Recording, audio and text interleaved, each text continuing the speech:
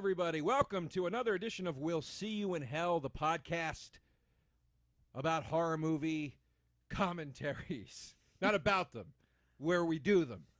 And then you can watch the movie along with it if you want. How shitty would that be? A podcast about commentaries. We review commentaries on horror movies. I'm Joe DeRosa. I'm Patrick Walsh. And we're pleased to be here doing this podcast, now part of the FANGORIA Podcast Network. For more information about the network, including other programs, how to follow this show, other shows, find episodes of this show or of other shows or past episodes or whatever the hell it is, visit fangoria.com. Let's get down to it. Today's movie is Hellraiser. Just a technical note. I am on one side of your head right now. Pat is on the other. We do that so we're in separate ears, so in case you do want to watch the movie along with this commentary, the movie sort of goes up the middle with us on either side of you. Stereo sound, I'm on your right, Joe's on your left. Very good. We are aware the past couple weeks I have been mixed too low. That'll be corrected this week. They're already saying it's corrected. Terrific. It's already corrected. Also, we are now available on iTunes, which was a question a lot of people had. You can download it, subscribe, review the show. Give it a nice review would be great. We're starting out. Be very helpful. And if you have questions or movie suggestions or recommendations or things you'd like us to discuss on the show, yes, you can tweet me at @thePatrickWalsh or Joe at Joe DeRosa Comedy. That's right. Now, in this little preliminary bullshit talky period before we start the movie Hellraiser, which is what we're watching today, now's the time for you to get on your device. Get on your Netflix thing and find Hellraiser as we talk here, and hit play, and then pause it as soon as the picture comes up, so we can start it all together in a few minutes here. Pat. Yeah, Joe. Can I tell you what I did this week? Please do. Masturbated into a cup. Okay. Explain. Went to the urologist, had a prostate issue. Nothing serious. Relax, Pat. Okay. I know how you worry about me. What? I didn't really care at all. What was it? What was the issue? I mean, we don't have to get into all the details. So now I take a step forward, you take a step away. That's the dance. Prostatitis, which is a very mild prostate issue, but my doctor was like, look, it's probably prostatitis. We just got to make sure. You got to go do a urinalysis and a semen culture. Okay. I'm not crazy about them calling it a semen culture, by the way. Hey, we're living in a semen culture. That's what I'm saying. I hear you. So I'm like, okay, I got to go to one of these places, and you go into the room and you masturbate. Sure. I even asked a friend. I go, what do they do? Could you bring somebody? And she goes, you can bring people in if you need to. Anything to get that nut into the cup. This woman really speaking kind of with the language of the street. Yeah. Well, she's from the street. Okay. As am I. But anyway, I go to this place, this clinic. It's a suite inside a building filled with different suites, all kinds of offices and different businesses in this place. I go into the clinic. The lady puts 2 cups on the counter. She goes, the bathroom's down the hall to the left, meaning the public bathroom. She wants me to go whack off in the common men's room. No. I thought that was a crime, first of all. That's what Pee Wee Herman went to jail for. Yeah, it's no different being in a men's room. I guess if you were to blame it on the clinic, you would be in the clear, but that's not cool. That's not legal. Let me ask you this. Even in a stall, it's not legal. Let me ask you this. Who's able to whack off in a men's room, no visual stimulant, no lube? If I try to whack off in my own bedroom with no lube or no stimulant, 90 solid minutes, easily. And your bedroom doesn't reek of businessman shit. Businessman shit, floor cleaner. Right. You know what I mean? Yeah, I do. There's not a hand dryer blowing just on repeat. It just doesn't stop. Somebody hacking a loogie into the sink. Yeah, it was insane. So I brought it home. I brought the cup home, and I whacked off into it at home, but I had to use lube. So now I'm worried my urologist is going to call me in and be like, we got to talk. Yeah. You found there's aloe in your jizz. Well, you definitely, I don't think, should have done that. Well, I didn't know what to do. How do you do it? Can you whack off without a lubricant? I've never used it, to be honest with you. I can't do it. I don't love the direction this podcast is heading, but I don't use it. Why? Never have. No, why don't you love the direction the podcast is heading? It's just like, hey, guys, and then we're talking about whacking off into a cup. Yeah. Well, that's what I did this week. No, all right. I'm sorry. Is this too lowbrow for you, Pat? Maybe it is. Is this too lowbrow for you? Maybe it is. I was going to talk about, the work of Merchant Ivory Productions. Room with a View, Howard's End. Okay. No cup jizzing in those films. The piano. I once stayed up to watch. They made the piano. Yeah, I don't think they did, but I love the piano. They didn't, but Harvey Keitel's penis is in that. You call that art? No, definitely not. All right, thank you. What was I guess it was A Room with a View, and I used to stay at my friend's house, and I would stay up even after he went to bed to watch the nudity on cable because it was my only way to see nudity. And it said A Room with a View starting next. Nudity, PG-13 for nudity. And I was like, oh, God. I watched 2.5 hours of this thing, and then I see Daniel Day-Lewis running naked down a hill into like a river. Wait a second. A Room with a View that's a Hitchcock film. No. What? A Room with a View is a Daniel Day-Lewis British Merchant I'm Ivory thinking production. of a View to a Kill. View to a Kill is a James Bond movie. Rear View Window Mirror. Rear Window. Rear Window is what I was thinking of. Jesus Christ. Yeah. Anyway, the point is I'm up at like 5 in the morning, can barely open my eyes waiting for this nudity, and then I see Daniel Day-Lewis's bare ass flopping around in a swamp. How long did it take you to finish to DD? It was like DDL? 10 minutes because I don't use lube, as we discussed. All right, let's start Hellraiser. All right, you should be all paused up by now and all set to go. I'm going to count to 3 and then say play, and we all hit play when I say play. 1, 2, 3, play. Now we're rolling. Here are your opening graphics. Do you have any stories about masturbating into cups? Sadly, I do. When I first moved to LA, I had no money, and I decided I was going to donate semen. I got a trash can here full of liquid gold. Right, so because you wanted to create a life with your semen. Yeah, exactly. So this jerk off's gonna go jerk off to create another jerk off. Yeah, exactly. So I drive out. I think it's funny. It's really a strong joke.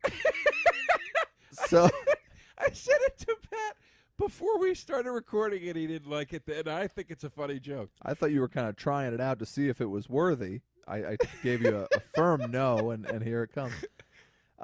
So I drove out to Westwood, and I go to this kind of shady-looking clinic, and they did have rooms, almost like peep show booths, that you'd go in and play a DVD to jerk off, and like made very sure you didn't touch anything in there. And I go in, it's a very attractive Asian nurse, and she hands me a cup and a DVD face down, and I'm thinking, well, it's probably going to be like Playboy Wet and Wild or something. Jenny McCarthy. Right. And maybe an Olivia Newton-John. Right, or you, like they'd give you a Sports Illustrated swimsuit edition or something.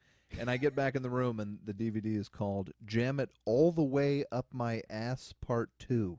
Okay. Which I was shocked by, that in a doctor's office, this was the material they give you.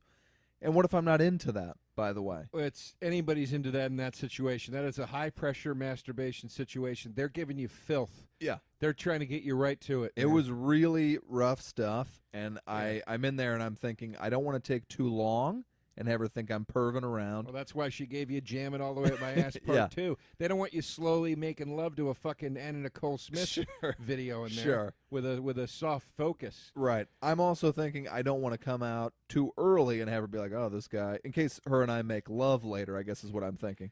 She thinks I come too quick. Can I tell you the worst case scenario? Yeah. You're in there forever with the Jam It Up the Ass video, and she's out there thinking, this guy can't. This guy's real demented.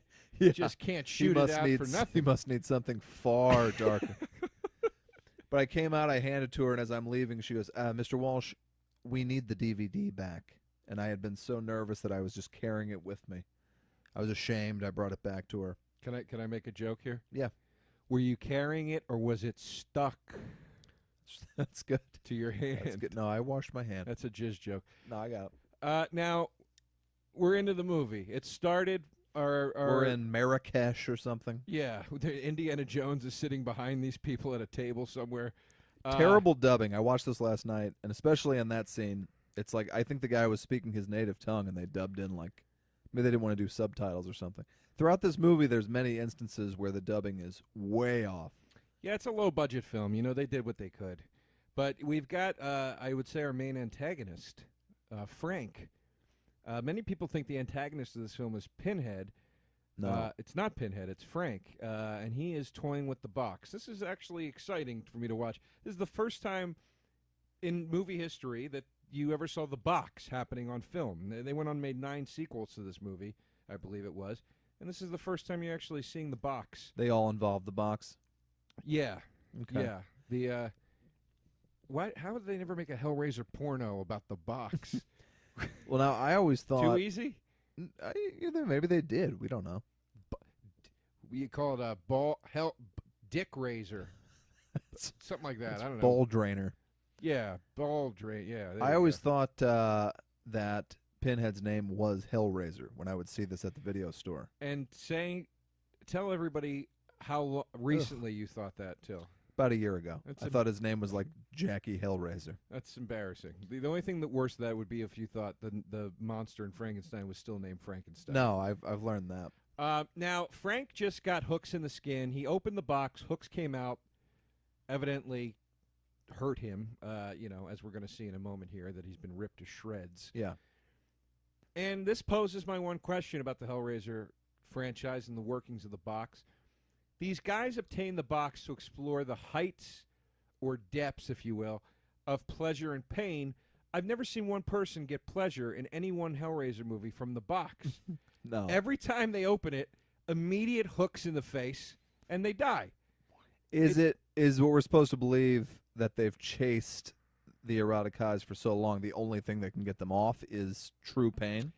I don't think it's that. I think it's that they've sunk to such a depraved, immoralistic level that they are willing to play with this box, and then the twist of fate is you die immediately. Okay. Like there is no winning. Like right. It's a trap.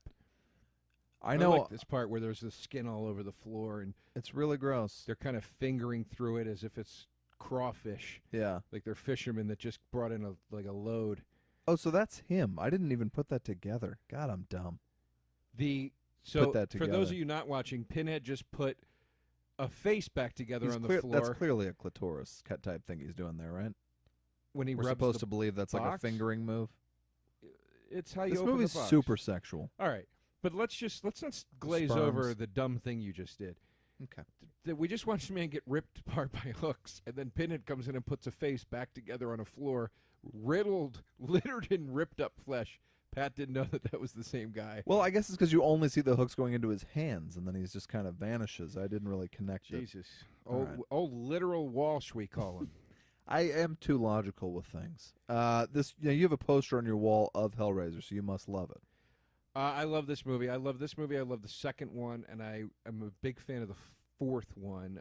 Outside of that, I'm not too crazy about the other entries into the franchise. But that poster up there that I have on my wall is the original poster. It's not the original, meaning it's an original. But that's the original poster before Pinhead became the sort of mascot of the franchise. Right. As you can see, there's a frightening clown on it. And there's not a clown in this movie. No, there's no clown in the movie. And it's signed by Doug Bradley, who portrayed Pinhead in all the movies except one of them. And I heard that the casting search for a guy with all those pins in his head just went on and on and on because it's hard to find. I mean, and this coming from the guy that knocked my jerk off making a jerk off routine. Now, when I got that poster signed, the cast, some of the cast was there. Doug Bradley was there, but this lady was there that plays Julia, the stepmother, the wicked stepmother. And it was weird meeting her because she's so mean and evil in this movie, and she was terrible. So charmingly lovely in real life. She got such I'll a bet. kick out of meeting the fans. This couple's not in the other ones. No, I assume is one of the future ones like set in Pinhead's world. Hellraiser 2 delves into it, and we should do Hellraiser 2 at some point because Hellraiser 2 is the best entry in the whole franchise. Hellraiser 2 is awesome. Okay. Hellraiser 1 is great, but Hellraiser 2 is really. I really wanted to be out of Pinhead's world when I was in there. I didn't like watching it. I was watching it before bed. I didn't like it. Disturbed me. I had nightmares. He, to me, is one of the I mean, to most people, I would think is, he's definitely one of the great horror icons of all time. But he, to me, is the coolest of all the famous movie monsters. And I'm a huge Krueger fan. Mm-hmm. Jason's awesome. Chucky, why not? I like them all. The Alien, everything's great. But to me, Pinhead is the coolest because he's so elegant. He's very Darth Vader-esque. Yeah. Well, his sidekicks are the freakier ones, in my opinion. There's that fat one that I despise looking at. You know what his name is? No joke. Pudgkins? Butterball. Butterball? Yeah. Okay. Look at that, maggots. Real maggots. Really gross. You ever have a maggot experience? Oh, yeah. You want to hear about it? I guess. I had one myself. I mean, it's not that much of a story. I flipped over a piece of meat, and there was a ton of maggots on it, and I screamed for 25 minutes. I had a horrible apartment. Where was the meat? I came up from the grocery store, set it on the counter, went about my business, not for a long period of time, and I picked it up, and had, maggots all over. Well, that was bad when you bought it, then. Yeah, oh, absolutely. Well, I used to go to the Vons at Melrose and Vine, my apartment, which at night they enclose in giant black bars, like a prison. Oh, good. So they always had the most high-quality meats. Welcome to Hollywood, kid. Yeah. Close the bars, then go jerk off in that cup for money. It was a real nightmare. I had an experience in college. I lived with two guys. There you go. There's your problem. And one of them was not ever doing any dishes or anything, so my roommate Mark said, I refuse to clean anything until our other roommate Jim starts doing dishes. He just refused. And it got so bad that finally Mark said, I'm just going to do the dishes. Oh, no. Cleaned the dishes. Got to the bottom of the sink, screamed, and ran across the kitchen. And I said, what? And he goes, look in there, man. And I looked in, and there was a half-eaten burrito with maggots in it. Oh, it was disgusting. God, that's disgusting. Yeah, I started gagging immediately. Then we yelled Who throws a half-eaten burrito in the sink? Jim did. We yelled at him about it. Jesus Christ. We yelled at him. Now, this is Kirsty coming in. She is our protagonist. Pat, you know the difference between an antagonist and a protagonist, right? Yeah, Joe. I've sold 2 screenplays to major movie studios. Oh, look at the big shot. Now, what is this? He's fully dressed having sex with her there? I didn't quite understand this. Yeah. Well, she's looking at pictures of Frank. She's clearly got a lust. She had an affair with him. For this man. Yeah, well, don't ruin it for the people that haven't seen yet. I thought that had already been. All right. No. Well, nobody's watching this for the first time. How do you know? Maybe they are. But they can't hear the dialogue. So why would they be watching Maybe it for they the turn first the time? dialogue up loud. All right. Maybe they're doing it. Let people do it the way they want to do it, Pat. It's not your decision how they will enjoy this. Let them enjoy it their own way. They can, but I can also say that she had an affair. She was just, Julia, the stepmother, was just looking at pictures of Frank, and it was weird because it was sex pictures, but he was clothed. That's why I say it's a sexual film, but I wouldn't call it gratuitous. There is some butt and a near dick. Clive Barker just released a book called The Scarlet Gospels, which was what he said to be his final installment of the Hellraiser mythology. Okay. And there was a really gross part in it where a demon made a guy spit into his hand so he could jerk off. I didn't care for it. I didn't care for it. I didn't really like the book. It was too raw or something. I can't put my finger on it. Now, here's an interesting piece of movie trivia. That guy right there, the mover that's moving this mattress up the stairs. Yeah. The swarthy Italian-looking guy. Swarthy is a word we don't really use in this house. Why? I'm kidding.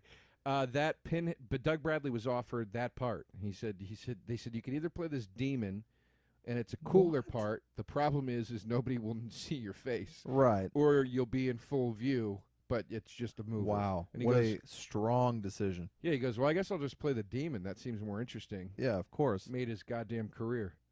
Well, has he ever done anything else? Yeah, he's in other stuff. Okay, but. Once I was in a bar drinking, and I looked over, and he was standing next to me. Mm-hmm. And I said, Hellraiser 2 is the greatest horror movie of all time. And he said, no, it's not. No, it's not, mate. And I said, yes, it is. And he goes, no, Bride of Frankenstein is.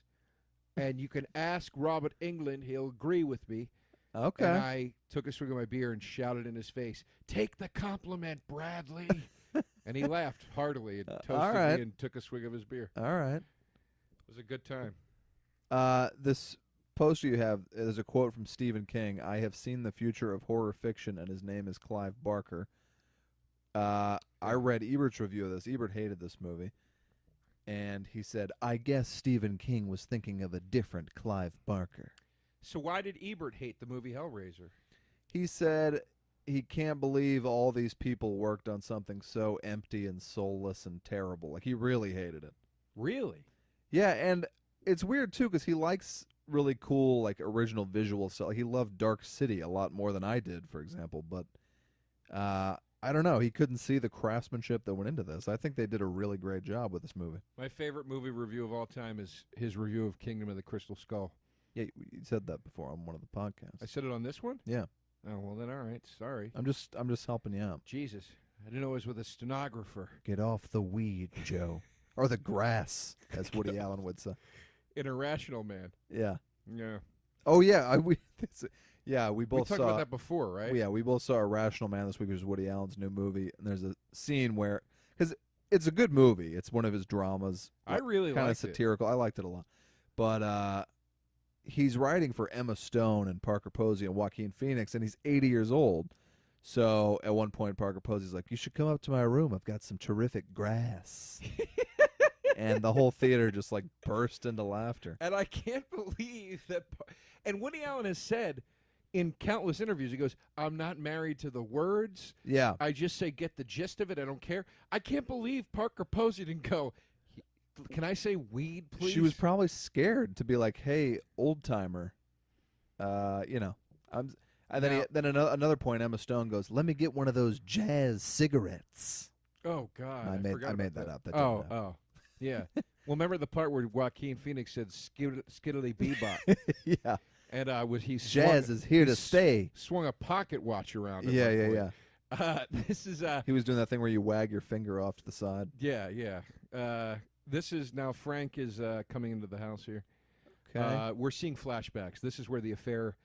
For those of you that don't remember when Pat forgot to say spoiler alert. It's not a spoiler alert if it's going to happen in 30 seconds. If the movie came out in 1987. We're showing the flashback here where they meet, and you can see in Julia's eyes she wants to bang brother Frank. Right. It's her husband's brother. I don't go for this spoiler thing at all. I think if it's last night's episode of Mad Men and it's Monday morning, you can't walk into the office and be like, "Oh my God, can you believe Don Draper kicked that guy in the throat," or whatever. But if a movie came out in 1987, we're past spoilers. Mm-hmm. You can't be upset about it. I mean, Pat, look, these are your rules. I'm asking you, what do you think? It sounds like you're telling me what to think. No, this started by me saying, "What do you think?" I'm telling you what I think, which, if we're not allowed to say what we think, this podcast is going to really be boring. No, I think that at any time if somebody says, "Don't spoil it for me," you got to respect that. You got to respect it. But come on. I agree that if I've never seen The Empire Strikes Back, okay, and then I'm reading a magazine article today about The Empire Strikes Back, I'm going to expect that it's going to blow the lid off of some of the stuff for me. Sure. That I get. But I hate in conversations, because people do this all the time in conversations, they'll go, Top Gun or whatever. You go, I never saw it. Don't tell me the end. Yeah. And they'll go, "You've had 30 years. Get over it." I'm saying the end. No, that you can't do, absolutely. That's shitty. But you should feel comfortable discussing Top Gun at lunch. Well, of course. But if somebody says something, then, give them a minute to cover their ears and hum, so they don't hear it. Goose dies, by the way. This is the part the movie Goose dies. I know Goose dies. I've never seen the film, but I know Goose dies. It's pretty I good like movie. this move here. Now they're about to consummate their affair, Uncle Frank and Julia, and his first decision is to take out a switchblade and cut her nightie off of her. Sure. It's a bold first move. I mean, but if she stays with you, yeah, you're in. You got to keep her. But it's a gamble. She Because if she doesn't like the switchblade play, you might be in some trouble. Well, she went for it, man. That's why. She went for it. Look at this. He's banging her on her wedding dress. By the way, what's strange to me is he's the kind of guy who's going to cut your dress off with a switchblade, but then he's allowing her to just calmly lay down. It seems like he'd be more of a thrower. Yeah, he's gently kissing her breasts. Yeah. Pick a side.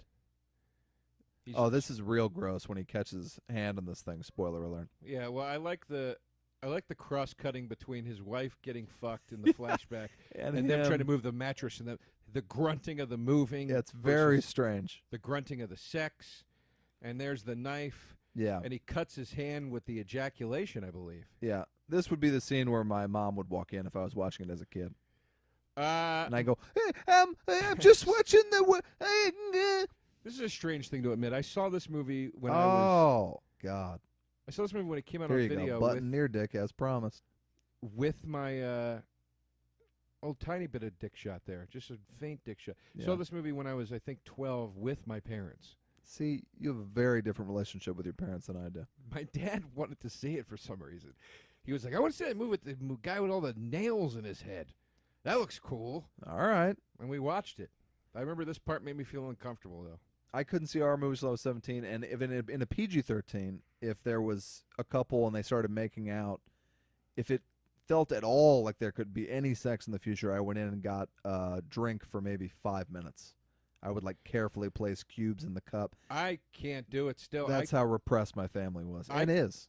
I can't do it. I was watching a movie with my mom and dad over Christmas, and I said, Mom, I'm just going to tell you now, I've never admitted this to you, I feel very uncomfortable when anything nude or whatever happens and you're in the room, so I'm just going to, when you see me look away, it's because I feel weird. It was such a release to just finally admit that. And the movie you were watching? Jam It All the Way Up My Ass Part 2. It was Bad Santa. Oh, sure. That's too blue for a family view. No, it was great. We had a great time time watching it. I just had to look away during the Fuck Me Santa parts. Sure you would. Gilmore Girls, that lady. Now, I'm not criticizing the film when I ask this question. What is the rule that the blood... Now, the guy moves the couch, he cuts his hand, or the mattress, he cuts his hand. He goes up into the room where Frank was killed. His blood is dripping on the floor, and now his blood is going to reanimate Frank. Yeah. What is the rule of that? They don't explain it, and to me, I thought that was kind of cool. Like, when the guy just kind of shows up and you realize he's formed from blood, I was like, I get it. I didn't need any more. Oh. You know? Well, excuse me. Like, what are they going to do? Like, have a piece of parchment float up and then, stick to the camera so you can read about the legend or something? There's no one here to explain it to us. It's not... But why? But then he gets to escape hell through somebody else's. I guess it's the bartering of souls. If someone else gives their blood on purpose or by accident, you get to return from hell. But that's what's weird too. Now I will think about it. It has to be in the home that you. What made his blood bring this guy back? Because they're family. Because his heart was under the floorboards. You just saw it. How did that happen? Why was his heart under the floorboards? Yeah. I don't know. But, in horror movies, I'm always just kind of like, what are we doing now? I don't care. Clive Barker has a very different approach than Stephen King, which is there are more question marks with Clive Barker. Yeah. And I like both for different reasons. Right. Stock footage of nature, it looks like. No, that's not stock footage. That's reverse. That's reverse claymation. It or just whatever looked you really call bad. it, or This stop was a really awesome effect, I thought. This is great when his body's coming out of the floor. Yeah. And this is really cool when his head forms. It didn't form yet. This reminds me of The Fly. Yeah. The Goldblum one. Or The Thing. And the dog. The horrifying dog that gets possessed by the Thing. It's one of the grossest things I've ever seen. It's horrible. It's horrible. Nothing to me is grosser than The Fly. And it's one of my favorite movies ever. We should do that one next time. Yeah, love it. It's a Noah tremendous piece Cronenberg. of work. Tremendous piece of work. I like when his head comes on here and forms, and it cries like a baby because he's being reborn. Yes. And I'm trying not to talk over it so we can hear it right now. But hear the oozing? No, I want to hear when he cries like the little baby. Okay. Look at this. These are great effects. Look at this. The slime and the fingers growing out. This is half their budget. This had to be half the budget. Yeah. Right? Yeah, it's really great. Blood coming up off the... Look at this. See? Yeah. It's pretty cool. He cries like a baby. I like it. And Did anyone get when I said "Know Ya Cronenberg" that there was a reference, a lyric from British hip hop artist The Streets? I would imagine zero of you. Not a fan. I actually love The Streets. Right. I guess he's done because he hasn't released an album in 10 years, but I loved him. Don't care for it. Techno beats the rhymes off time with. Well, you're a very traditional hip hop-ist, and I embrace all kinds. Hey, can you blame me? No. I blame all kinds. Like right into this dinner party Blame scene. all kinds. Here's the hard part for me to understand is they're at a dinner party now. Look at these people they hang out with. They're like the dorkiest fucking Mayberry couple on planet Earth. Yet that guy looks like, you know. Yet he's married to a woman who fucks with a switchblade. You know what I mean? It's exactly. Like it's odd. Well, but that's probably what happens out there, you know. I got a friend back home in Missouri, I won't name any names, who told me that 2 different married couples in their cul-de-sac were having 2 separate affairs with each other. And not a planned wife swapping thing. The wife of one and the husband of another started hooking up. The other 2 found out about it, privately discussed it, and then said, hey, if they're going to do it, we're going to do it, and started having sex as well. So they both just carry on affairs that they kind of may know about, but it's not officially wife swapping. It's not an open marriage. It's very dark. Very dark. Sounds like a good deal. I guess. Marriage, man. Some tough shit. Hey, you know what they say, Patty? You can't live with them. You can't live without them. You know Wives? What I mean? Women. Oh, well. Wives. Marriage. You know, it's about as big a cliche as you can get, but it is true. It is true. I've never lived and with I'm sure women feel the same about men. Let's be sure. honest. We're terrible. Yeah, well, what can I say? I've never banged a man, so I don't know what annoying things we do. I could tell you what you do that's annoying. I don't have to bang you. I don't see why you would have to do that. Anyone listening to this podcast can probably name 10 already. That's. I mean, I don't even know why you do that sort of thing. Why do you hurt? Why do you feel the need to hurt? Hurt people hurt. You know. It's true. Jerk-offs make jerk-offs. Yeah. There you These go. are all true. That's a great bumper sticker. Jerk-offs make jerk-offs. Make it. Make $1 million. Million.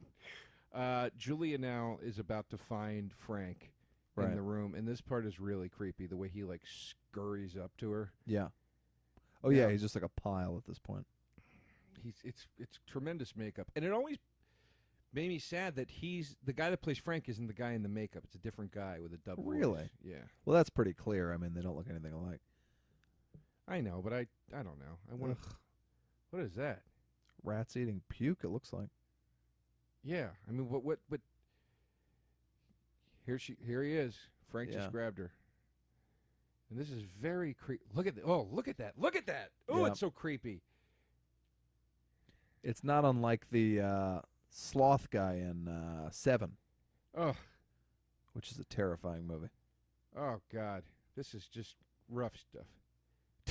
Don't. I love that line. Don't look at me. I just grabbed you and chased you across the room, but don't look at me. You're a skeleton with a little bit of flesh on your face who just grabbed me.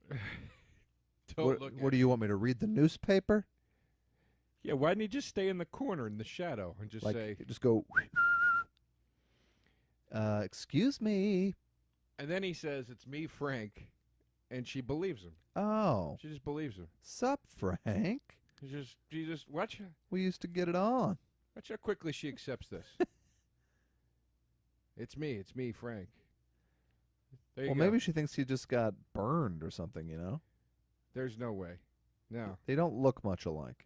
She already believes him. How long did that take? Yeah. Let's role play this. Pat, it's me, Joe.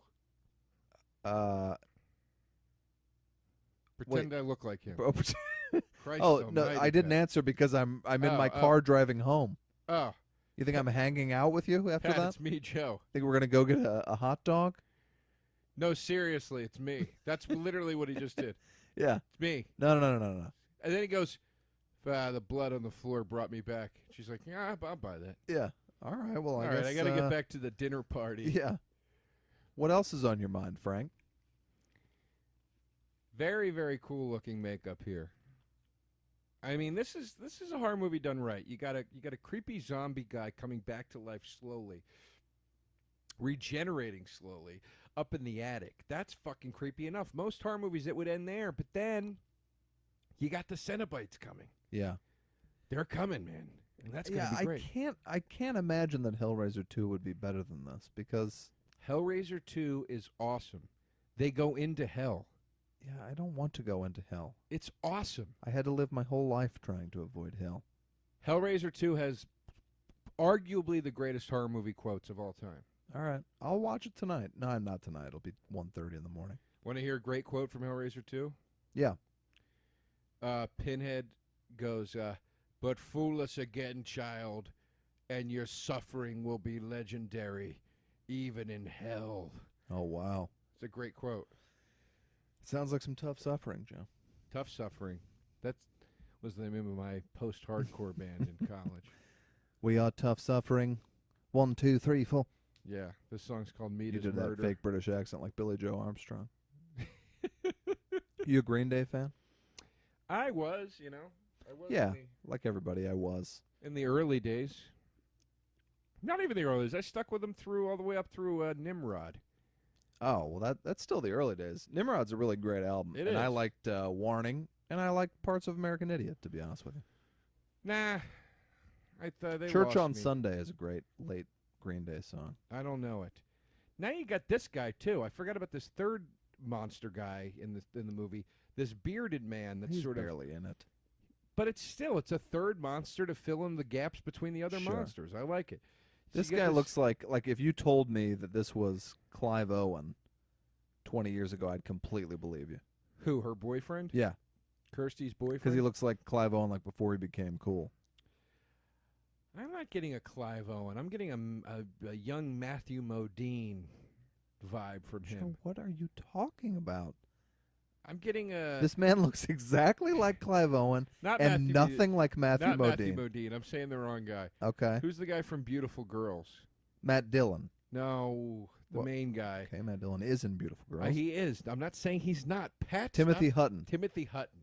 I'm getting a young Timothy Hutton vibe from this guy. You know, especially when I was an NBC page, like when I was 23, I used to get on a daily basis, you look like a young Timothy Hutton.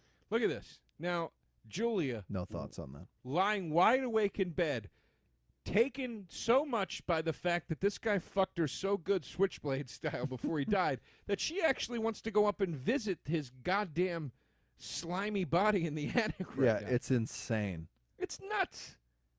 No sex is this good. It's nuts. Look, she goes up to see him. Yeah. Now, oh yeah. See, really this is kind of a similar plot to Little Shop of Horrors, where there's this creepy thing in the basement that needs blood to get bigger and badder, you know? You know what? I never put that together before until right now, and you're absolutely right. I would have liked to have seen Rick Moranis in the stepmother role here. Sure. Sure. Rick Moranis being laid down on the bed in a silk nightgown. Oh, you're gonna have sex with me, eh? All right, I guess that's cool. Are you a fan of Little Shop of Horrors? It's one of my favorite movies, especially when I was a kid. I would watch it constantly. I love the music. I love Steve Martin in it. I think he's hilarious. I love John Candy in it. Everybody. Who's John Candy play again in it? He's just the host of that weird That's radio right, show. right. Ellen Green. Everybody in the movie's awesome. Suddenly Seymour. What more do you want? Have you ever seen the original with Jack Nicholson? I have. It's not a great movie. Nicholson's great. It's not. Nicholson's great in it. But Bill Murray in that Nicholson role is tremendous. It was incredible, and I think also completely improvised from what I heard. Really? Yeah. Now on Broadway, Gyllenhaal is playing Seymour. I'll buy it. I would see it if I lived there, but I Who's don't. in the Bill Murray role? That I don't know. Who's Probably playing the some nobody. dentist? Probably Lance Bass or something. I don't know. They just did a scary nightmare sequence. Mhm. That was freaky. This movie's got a lot of good. They keep the freakiness rolling pretty steadily throughout. For a movie where, if you didn't know any better, you'd think that it was going to be all about Pinhead Yeah. being like a sort of Freddy guy. Pinhead's not really in this a lot. It's probably a total of 7 minutes, I would guess. They do a good job of keeping that freaky factor going. you Yeah. know, going strong, which I like quite a bit. Pinhead scared me. His associates scared me much more. like Pinhead, I had seen him so many times, I was kind of like only bothered by the others that I thought were really, really gross. Well, the Chatterer is the freakiest one. Yeah, I didn't. And then in this, there's that big thing that runs toward her in that hallway. That was really freaky as well. Yeah, we yet another monster. Yeah. The movie's lousy with monsters. So these are things that are just in hell, hanging out. Are there souls, or because I didn't get an explanation. Well, that's what upset me about this book, The Scarlet Gospels, that just came out. You know, before it came out, they were saying that they were going to really explain the Cenobites are part of the Order of the Gash. Yet another sexual sounding thing. Yeah. But they said they were going to kind of, or Clive Barker said he was going to kind of explain like what that was and how they, you know, what the history of the Cenobites. Okay. And it didn't at all. Oh. It's just a story about Pinhead trying to take over hell, and he's kind of an asshole in it, and it's not that fun. Right. All right. I kind of quit on it halfway through. Feel bad saying that, but I just wasn't feeling it, man. Clive, I'm sorry, baby. I'm sticking with you, but I just wasn't feeling it. How many? So none of the movies are none of the movies are adaptations of the books, are they? This is an adaptation of The Hellbound Heart, which I have. If you want to read it, you can borrow it after. Sure. Is it faithful, unlike this woman?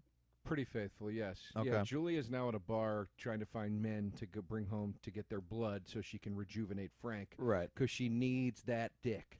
Now, I was thinking as I watched this and actually laughed to myself. Now, I put myself in her husband's position, okay?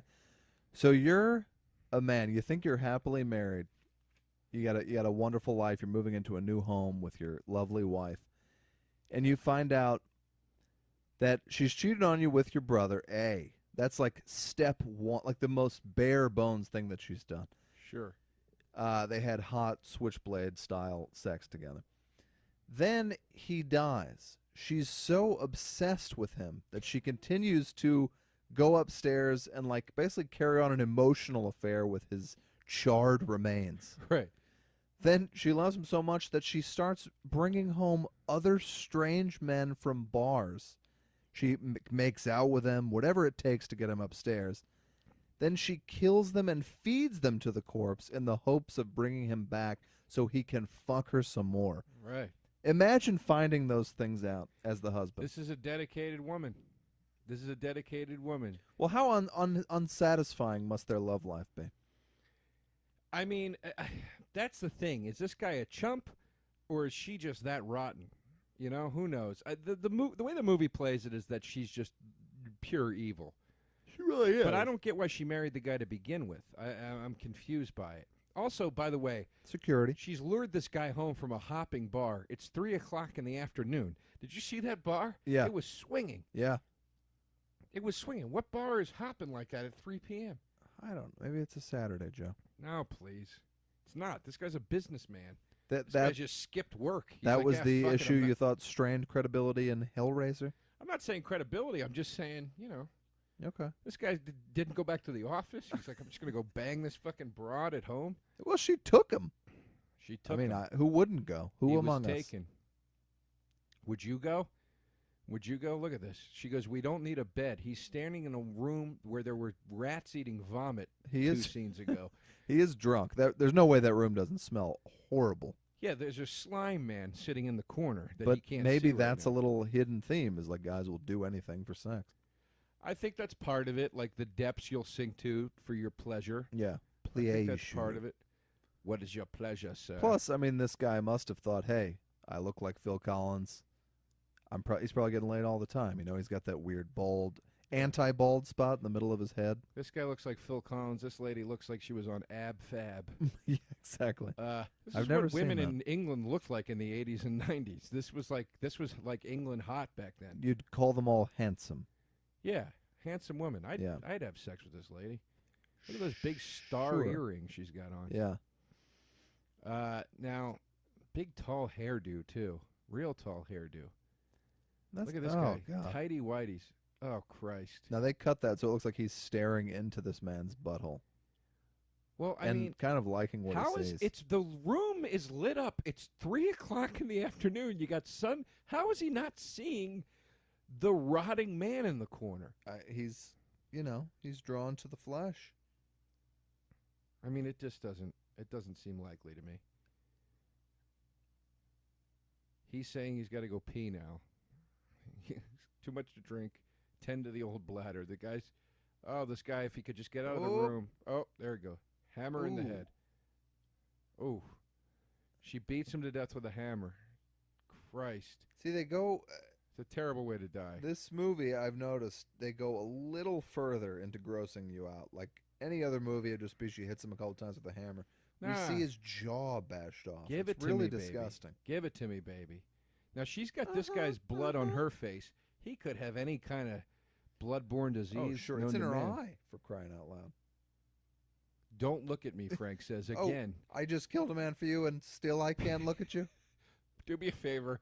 Bring me a corpse. Beat him to death with a hammer. But don't look at me. Yeah. Hey, couple demands, and then once you've done them, I'd also going to continue demanding certain things from you. The way... But she loves it. Whoever played the Frank in the suit crawling around the floor deserved an Oscar as far as I'm concerned. It is the most disturbing body movement I've ever seen. Sure. What's that thing on the wall? Oh, I was just wondering that. Hand dryer? It looks like the world's largest private bathroom hand dryer.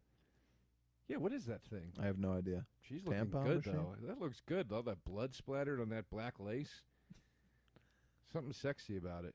That's a good shot. Gone Girl did a similar shot. Uh-oh. People ripping off Barker. I don't think he was ripping it off. But Babe. Although I have mentioned 2 Fincher movies. Maybe he's a Hellraiser fan. David Fincher, babe. That's my Dennis Miller. Yeah, I got it. Yasser Arafat talking over to David Fincher. Look at it. She sucked his... now she's mortified. She comes back in and sees that his corpse has been sucked dry of the blood. Right. And now she's freaked out. She's going, oh, Jesus Christ. And but they don't really show how he sucks it out. I mean, is it through the neck, vampire-ish? in the second movie, they show it. Okay. They don't show it in this one. Oh, Frank can stand now. Yeah, this was very cool how this all progressed. It gets a little more flesh on him each time. Look at this. That's very good makeup. Yeah. And I love that he's constantly dripping. Right. Constantly dripping. Now, do you think he's in pain? Yeah, probably. With all those exposed nerves and everything? You know what probably won Best Makeup this year was like The Last Emperor. Like some movie where they like put like a couple wrinkles on a guy to age him over 30 years, you know? Because why would anyone in the Academy watch this? He for those of you not watching, Frank is he looks like the biology book guy. Yeah, you know, like exactly. where no skin, you see all the organs, and he's demanding that Julia come to him so he can touch her, and she let him grab a tit. Yeah. She let him get a tit grab in, even though his skull is showing because there's no skin on it. And her husband just came home. How do you explain this one? You got a fucking suck-dried corpse on the floor and a biology textbook. Yeah, now imagine he opens this door and she's like, so couple things. It's not what it looks like. So I can explain. First, she's carrying. Very strange. Carrying the suck. Leave it in the room. Where is she taking it? I didn't get either. She's taking the corpse into another room. Leave it in the gross room that nobody goes in. Yeah. Oh, hey. Could not be sunnier outside. All of this. I think middle of the day. she like fakes diarrhea here. Oh, does she? The husband, by the way, seems really nice too. Seems like a great guy. He's very understanding. He's in something else. I can't remember. He's in another horror movie. I feel like it's like Return to Salem's Lot or something. Okay. And then she says she's feeling sick. That's for those of you at home. If you're ever caught in the midst of a murder, go in the bathroom, say you're feeling sick. Yeah. Apparently, that just gets you right out of it. And then he's like, "Oh, I'll get you a Sprite, babe." Like, okay, cool. Like, and what does she do? Go out and kill more men for this demon upstairs, so she can fuck a skinless body. Yeah. I think she fucks him before he's like regular, right? Yeah. Yeah, I mean, he's not all the way back. You got to imagine, what does that dong look like? It's just an exposed... A big fucking bloody dong. A big bloody old swinging dong. This guy must be hung like fucking Man-O-War, man. But why? Yeah, you think you could see it, though. Oh, boy. Look at I love. So she goes into the room to find him to re-engage with this fucking abomination, and he taps her on the shoulder and she screams. Right. When are you going to be done being startled, Julia? You're in. You're waist deep into this. No, I would always be startled by this Look man. at the shit dripping off his Yeah. shin. How did they make him keep dripping like that? Probably just right before each take, just dumps him onto the top of his head, you know? God, that had to be a miserable makeup process. Maybe that's why the guy didn't play the part. I did commercials. The first acting gig I ever got was a commercial for Sportsnet New York where I played their mascot, who was a guy that had a TV for a head. Yeah. And they actually hollowed out a real TV and bolted it around my head. How was that? It was excruciating. It was horrible. It was really heavy. It was really hard to move around. And it would burn incessantly after like an hour. And I'd have to have it on for 3 hours at a clip. It was horrible. But, you know, as bad as that was, I couldn't fucking hold a candle to this, you know? Oh, it was horrible. We had to do a shot where I had to walk down the street and I couldn't see anything. And they were like a guy had to walk in front of me and just I had to follow his voice. What was this for? Sportsnet New York. Oh, okay. But I was shocked at how many people knew it was me. They were like, "I heard that's you." They knew my voice. Were you handsomely compensated? No, it was a buyout. It was fine. I mean, at the time, I felt like I made a fortune, but you know, Right. what are you gonna do? Now we're in a pet store, and here's the guy again. Oh, I love this part. He eats the crickets. He's standing over the lizard tank that's filled. Oh with yeah, crickets. this is really gross. Yeah. But then what is this guy? That's never really addressed. Oh yes, it is. It's absolutely addressed. Okay, then the maybe end. I wasn't paying close enough attention. Oh, it's so gross. What are those crickets? Yeah. Are those crickets? That's They're what not crickets. They're ugh. And this guy's eating them. Oh, that's so great. I love it. I love it. Does she work in this pet store? I believe so. Or is she just being like a good social person kicking the guy out? I don't think she was like shopping for a pet. That'd be an odd. Well, I think it's odder that she works in the pet store. Yeah. People have to work in pet stores. You need jobs. This is the guy. This is the sort of he's the sort of a curator of the box. Oh He's yeah, the guy yeah, at the that's end, right. who's I assume is Satan. Has there ever been a movie with more hand on the shoulder scares? They've done it now 8 times. They're doing plenty of hand on the shoulder scares tonight. Hey, what'd you do earlier today? I worked all day. Oh, Some of us work for a living, Joe. Why do you ask? I make a living doing stand-up. I did a audition for the Tonight Show that was so bad. Fallon? Yeah, the crowd was so bad that halfway through my audition, I said, "Fuck it, I'm done." Oh wow. And I just started doing other jokes. Pulled a Larry David. Oh, they were terrible, terrible audience. So you were supposed to do like a 5-minute audition set, and you were Yeah. just like, I don't need this. I mean, they were not laughing at a goddamn thing. It Yeah. was horrible. Does that matter for the booker? I guess it does, My right? friend is the booker, and the tape will never, he'll never show anybody. I'll Right. just get him a different tape another time. I'm Probably sorry, if my Joe. friend were the booker, I wouldn't have taken that liberty. Yeah. But I've known the guy for years. I'm sorry to hear that. Well, what are you sorry about? I wish it had gone well for you. Pat, we live, we learn, You live, we breathe, we die, we breathe. we conquer, we die. seduce. You know what I mean? Yeah, I guess. It's tomorrow's another day. That's true. What's You're gonna not happen? usually that guy, Joe. You're usually very despairing. I'm not anymore. I've been so Okay. positive lately with you. You've been stone drunk every time I've expressed it to you, so you don't seem It's to not remember any true. of it. And I haven't had a drink in 12 days. Oh, well. I also haven't had food. I'm doing a cleanse. Get him a medal, everybody. I'm just simply responding to your accusations. I know. I'm kidding. Come on. But it is true, though. Every time I tell you I'm happy, it's when we're in a bar drunk. Okay. Well, you're usually, to be honest, saying you're unhappy. Huh? You're always saying that you're unhappy. I'm never saying that. When am I saying Joe, that? Joe, we've had this conversation a lot lately. No. I told you I was mad at my friend, and then you said you sound like you're unhappy. Yeah. That was your saying. I didn't say Yeah. that. No, you do. All right, fine. All right. Are I'm you not gonna- happy? I'm not going to scroll through the text. I'm happy. Yeah? Yeah.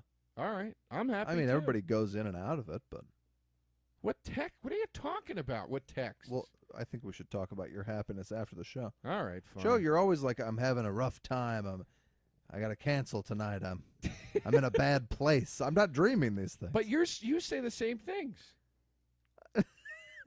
Not I'm in a bad place. I occasionally, you have. I can't like not hang out because I'm in a bad place. I think I just admit to it more than you do. That's probably true. I think I'm more in touch with my feelings. You're a callous Irishman.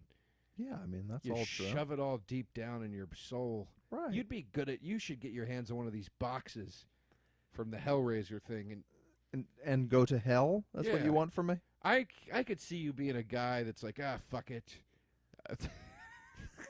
I want to see what the pain and the pleasure are the same. Yeah, no, that's not gonna happen. I feel like if we were in the Hellraiser movies, I'd be the nice husband. You'd be Frank. Wow, you really view us differently than I do. Somebody would be bleeding you back to life. Now I can only orgasm if a homeless man watches. I don't know if that's weird, but so it's usually like if I pick somebody up, it's like then I also have to pay a homeless person. Mm-hmm. That's a shame. And a lot of times the lady in question is not up for that, That's and a I shame. get that. That's really a shame. I hate to hear it. I really hate to hear it. He's what? I was gonna say last night I saw The Man from U.N.C.L.E. Oh, I heard it was great. No, who told you it was great? The reviews. It got okay reviews. It's fine. Well, what were you expecting? I kind of didn't expect it to be good, but like Henry Cavill, the most boring actor alive. Armie come Hammer, on. the second most boring actor alive. I like both of those guys, and I enjoyed The Lone Ranger. I don't care what anybody says. I didn't see The Lone Ranger. You like Henry Cavill and First of all, Armie it's Hammer. Cavill. I said Cavill first. That didn't feel right. Cavill also didn't feel right. I You're thinking of think you're he's a thinking great- of Caviezel. No, I'm not thinking of Jesus. I don't think it's Henry Cavill. I think he's a great Superman. I enjoy him in Superman, and I enjoy him in Whatever Works, the Woody Allen movie. Those are the only two things I've ever seen. I hated him in. that Man of Steel. And what was he in? He was like a fiance of somebody. He's or the guy that's like in love with Rachel Wood or whatever her name is in Oh. Whatever Works. The guy that's like that lives on the boat, something? All right. and he's quite. Are quite you charming. sure? He's quite charming. All right. Sometimes you say somebody's somebody, and it's not the somebody that you said that it was. Pat, here's what I'd like out of you tonight. One compliment and not a criticism. Any other criticisms? Joe, you're unhappy. You don't have your facts straight. yeah, You well, neither talk of us- too much about masturbation at the top of the podcast. What have I done? What have I done to deserve this? Nothing. I made an error on the previous podcast where I said that the guy who molested the kid who directed Powder, Victor Salva, I said Yeah. he made a movie called The Fun House, produced by Francis Ford Coppola. It's not true. The movie, I believe, was called Clown House because I looked it up, and it was like Roman Coppola or another Coppola. It is Clown House, and if I'm not mistaken, Sam Rockwell is in Clown House. That might be. A young Sam Rockwell. I got to believe. publish clarifications now for previous podcasts. I've been working on a Sam Rockwell impression forever. I can't get it down, man. He's not that easy to do. I can't get it down. You want to try? You want to try? Well, you it? easily slide into a Giamatti, and he seems kind of like a very toned down Giamatti to me. I slide into a Giamatti. Yeah, you like your voice naturally, without much doctoring, works as a Giamatti impression. A little bit, yeah. There's a little. I have a Giamatti. Jerry Heller. I have a Giamatti look. Yeah, true. I feel like I could maybe take the parts that Giamatti turns down soon. Sure. You know? I mean, you look like, here's a compliment for you. You look like a more attractive version of a couple celebs. Jared Fogle of Subway, Paul Giamatti. You know, A more attractive version. Pat, I've never said this to a person. I want you out of my house. For the love of Christ. You fucking cocksucker. Now, Frank's about to kill this poor bastard. All he's trying to do is fuck his wife. I honestly can't believe how terrible this woman is. And she does stop the She's killing. trying to stop Frank from killing her husband, though. She's saying, please don't. Her husband thinks... Look at this. Now, He cuts a rat open over the bed. Why does he do that? To be like I'm in control here. That's so gross. Now, And also, her husband thinks she's crying, please, no, don't fuck me. yeah, now the guy keeps going. That's what I don't understand, too. The guy keeps going, and she's going, I can't bear it. I can't bear it. The first time I hear I can't bear it, I'm wrapping up the lovemaking. I don't think that he's ever heard his wife say it. Well, because here's why. Because upstairs, she starts jumping. When they first go upstairs before this scene, she's all over him. seducing him because she's trying to save him from Frank. Yeah. And then they go downstairs, and then Frank turns out to be in their bedroom, so now she has to switch gears. See? Yes. It makes perfect sense. Look, I don't know what it is with me. I honestly thought that she brought him up to the room. I think she did bring him up to the room, and then she had second thoughts. Oh, but I just thought they went in there because he's in the room. I didn't know he could get out of the room. Why couldn't he get out of the room? I just assumed there were rules. You only see him in the room. Has there been one rule so far in this movie? No. You got blood bringing people back to life. You got I was a just box like, that brings demons we haven't seen in an hour and a half. Yeah, that's true. You know what I mean? There's no rules. Because I was also kind of like, since when is there a bed in this upstairs blood-drenched attic? But now I understand. I heard Clive Barker on set. He would say to people, "Hey," when they would ask questions about the script, he'd go, "Hey, Steve Winwood it, roll with it, baby." That didn't happen. I heard that's what he would say to people. He just plays it on a boombox. You and me just roll with the baby. This Chinese restaurant that they're in makes me so hungry every time I see it. It looks... I told you I haven't eaten in 11 days, right? So good. So anytime I see food, except in this movie, I'm not feeling hungry. I mean, Pat, listen, you live the life... it's a real healthy routine you have where you destroy yourself for 6 months and that's then extreme. Not eat anything and drink vegetable juice for 18 days straight. Once a year. Yeah, it works. I'm sure it's a healthy way to do the thing to do to your body. I mean, actors do it. Yeah, well, actors, they're healthy people. Yeah. Hey, Pat, I'd like to introduce you to my friend. His name's Moderation. But you do the same, Joe. I mean, you're a big, I'm not drinking, and then let's get drunk. No. We're those kind of people. It's a very Catholic thing. I don't think you're Catholic. I'll take a little break from the booze sometimes, but, I never did this cleansing to not eat and to drop weight. This is mashugana. I don't know. It works for me. Everybody does their own shit. Well, I'm just saying, when you drop dead, you'll know why. Yeah. I'll stand over you saying I told you so. I would hope your reaction was something different than that. I feel like if I died right now in front of you, it would just still be the same stoic. I'm a little more emotional than people think. I haven't cried in a decade, but... And when I did, it was at the movie about Schmidt. No, it's 127 Hours, the other movie I cried at. See, that's the problem. The last time I cried, I think, was when I saw 127 Hours. Our relationship started with great emotion. You mean just that we liked each other? We were. It was fast friends, but then we had that Christmas text where you said, "Joe, you texted me Merry Christmas." You were the only person I was going to text that to today. Yeah, it was very nice. I felt like we got off on a nice emotional start, and now I feel like you take me for granted.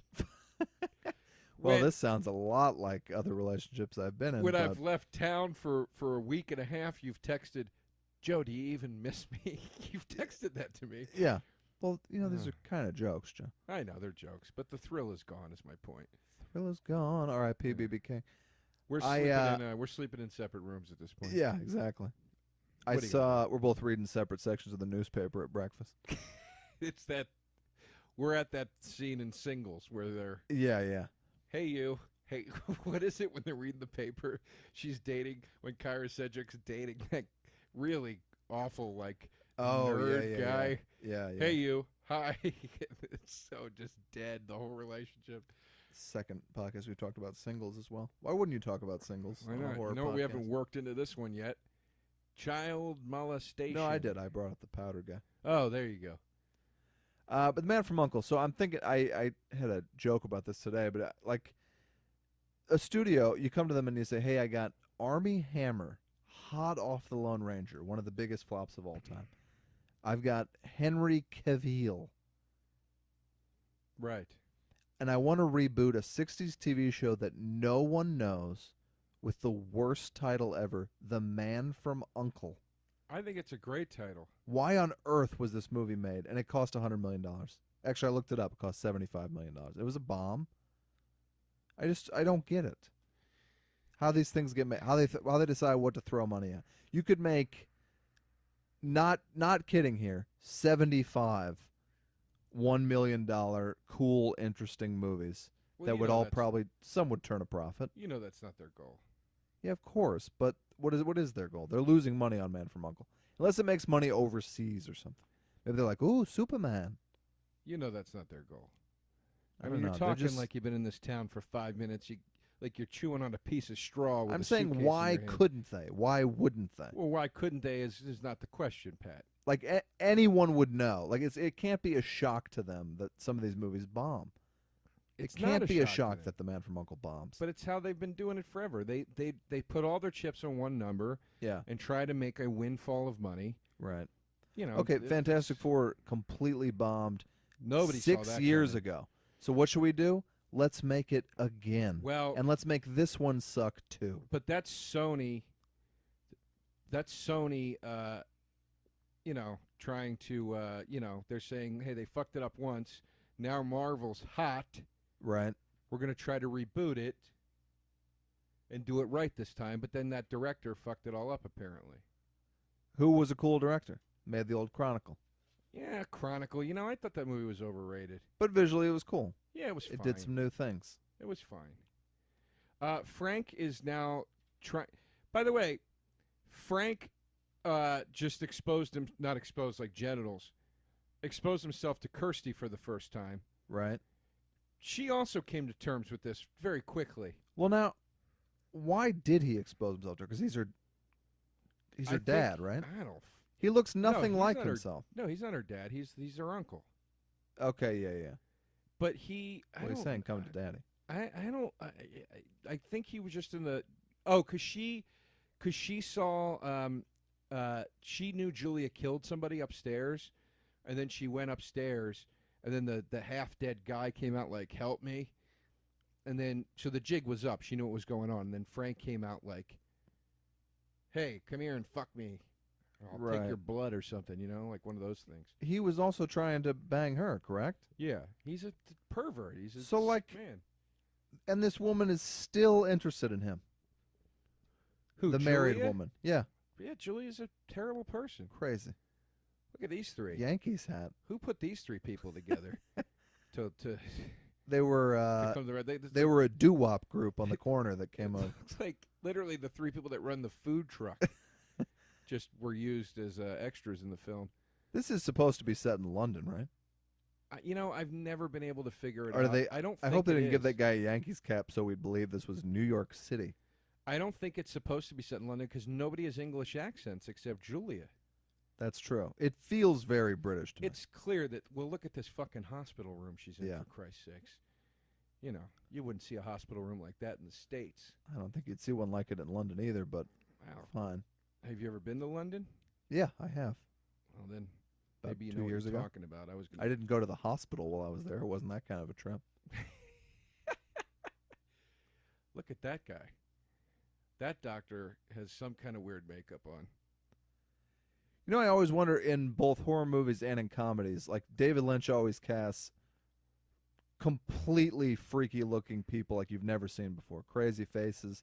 Everybody looks interesting. And it keeps you on your edge. Mm-hmm. He doesn't even have to do any work, really. He Mhm. does. Everything's amazing. Then in comedies, why wouldn't you cast like funny looking people in these bit parts? Get some extra laughs. Look at this weirdo. They're Well, always 'cause maybe they casting don't want to exploit boring. people's physical shortcomings. I'm not Pat. talking deformities. Jesus I'm Christ. talking like interesting looking people. Get a big fat pig in there. We all laugh at the fatso. Is that what you want, Pat? What the fuck is wrong with you? Not at all what I was saying. Jesus. I'm saying get people with some character in their face in these bit parts. They always have like generic, boring looking people in movies. This movie's doing a good job. You got some weird looking people. Right. I agree. Let's say interesting looking. Who are we to Interesting. judge beauty? Like Pat? Under the Skin. There's a great example. I love that movie. Kind of a horror movie. You won't watch it because of that guy. I get it upsets me. And that's an actual deformity. I know. I don't say that to be mean. He looks like the Elephant Man, but somehow I can't watch the his Elephant real life face is more unsettling than the Elephant Man.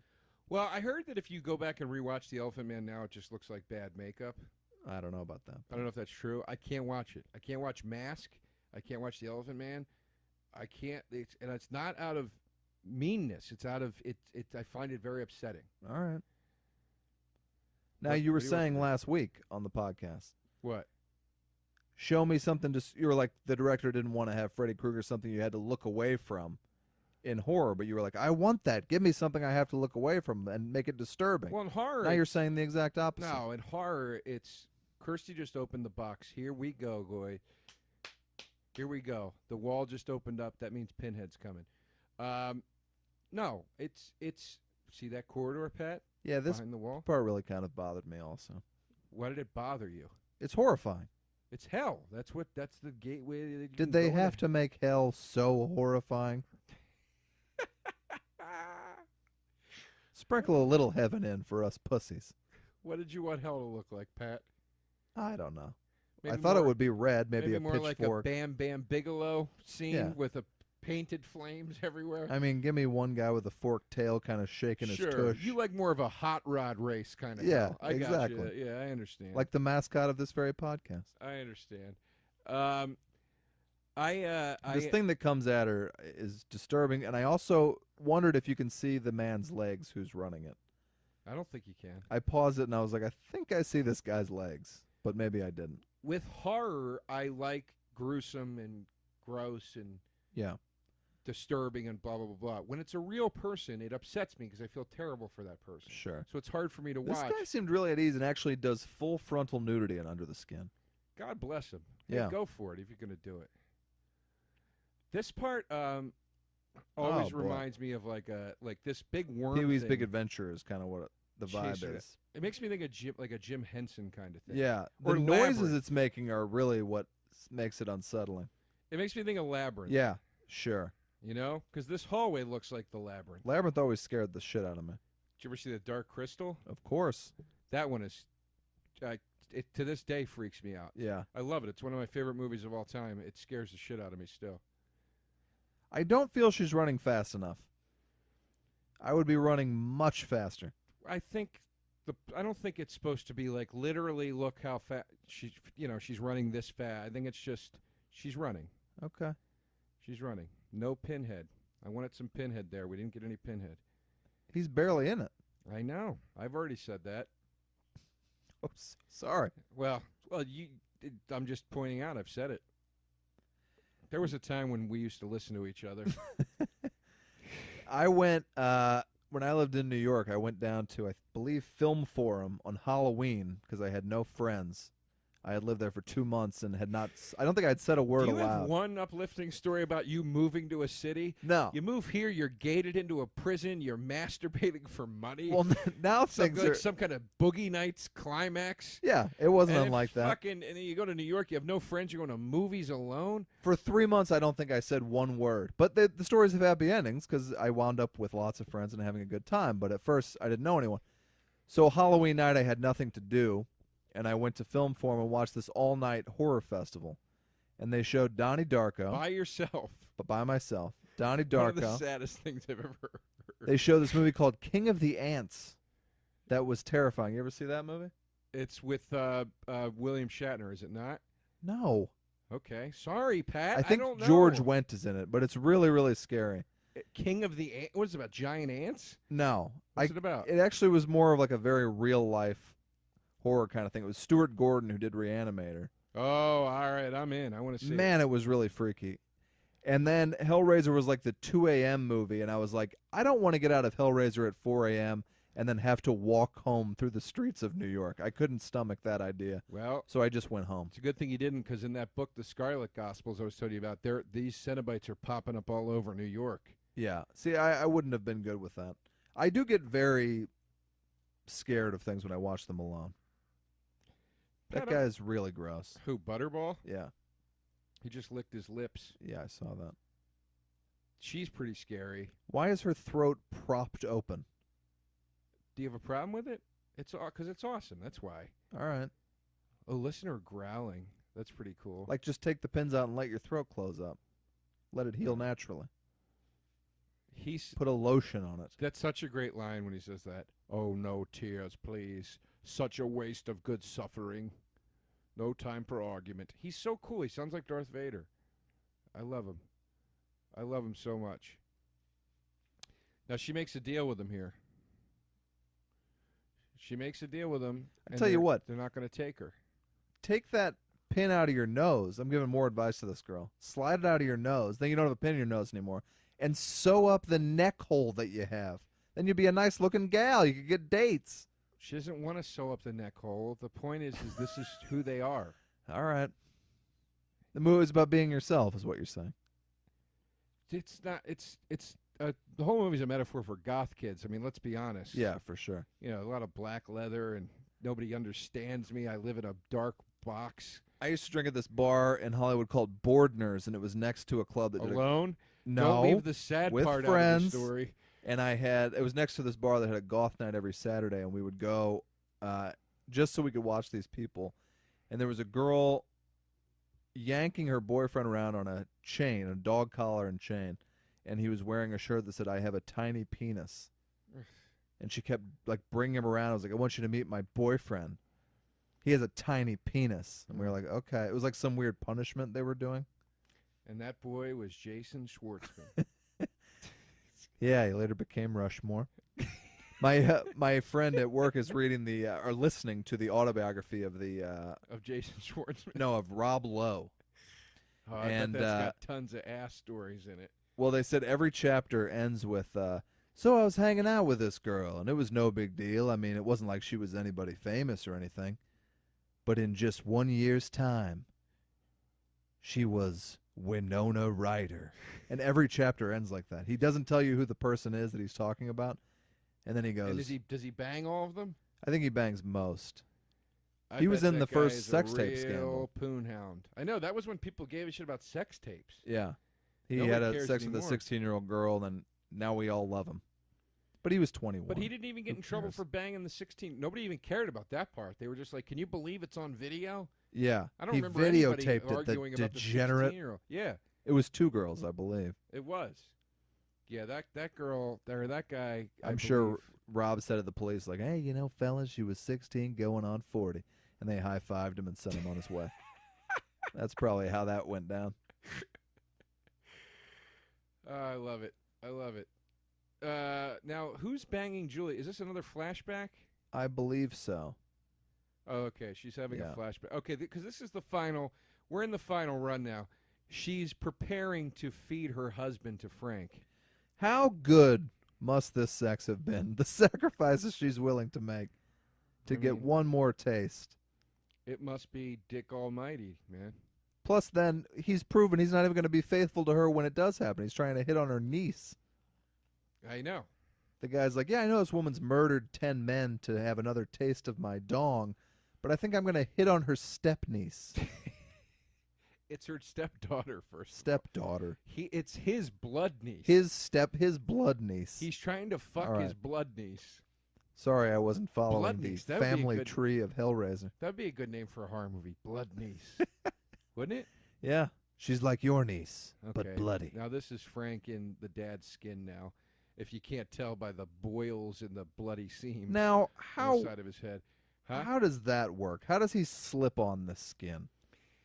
It's the same thing that bothers me about Mission Impossible when they put on the masks Yeah. and they look exactly like the guy. It's ridiculous. You see the new Mission Impossible? I loved it. It was fucking awesome. I loved it. I said it was almost Mad Max good. It was so good. Yeah, when he was down in that like washing machine thing, Yeah, it was that was tremendous. amazing. It was tremendous. The whole plane sequence was out of this world. Yeah, loved it. His entrance into the movie, him running over the hill and ducking, can you get me on the plane? They're better than the Bonds, I would say. It was so fucking good. But it does still bother me that they put on a mask and then they're suddenly the other person. Sure. Well, Same body. 2 really overdid it. But like same body, Yeah. same everything. 2 was like a dog walks up and then peels off a mask and it's Tom Cruise. Like 2 was ridiculous. That's ridiculous. That didn't happen. It didn't happen. Come on. Then John Woo, real hit or miss, that guy. he didn't do a movie since. He was the biggest thing since sliced bread for a while there. No, but he made... You know how big sliced bread is. He made Can't eat a sandwich Brokeback with it. Mountain, didn't he? No, that's Ang Lee. Wow. Oh. I guess they all look alike to you, Joe. Ang Lee and John Woo could not be more different directors. I thought Ang Lee actually made Mission Impossible too, because I'm thinking of how he made the Hulk.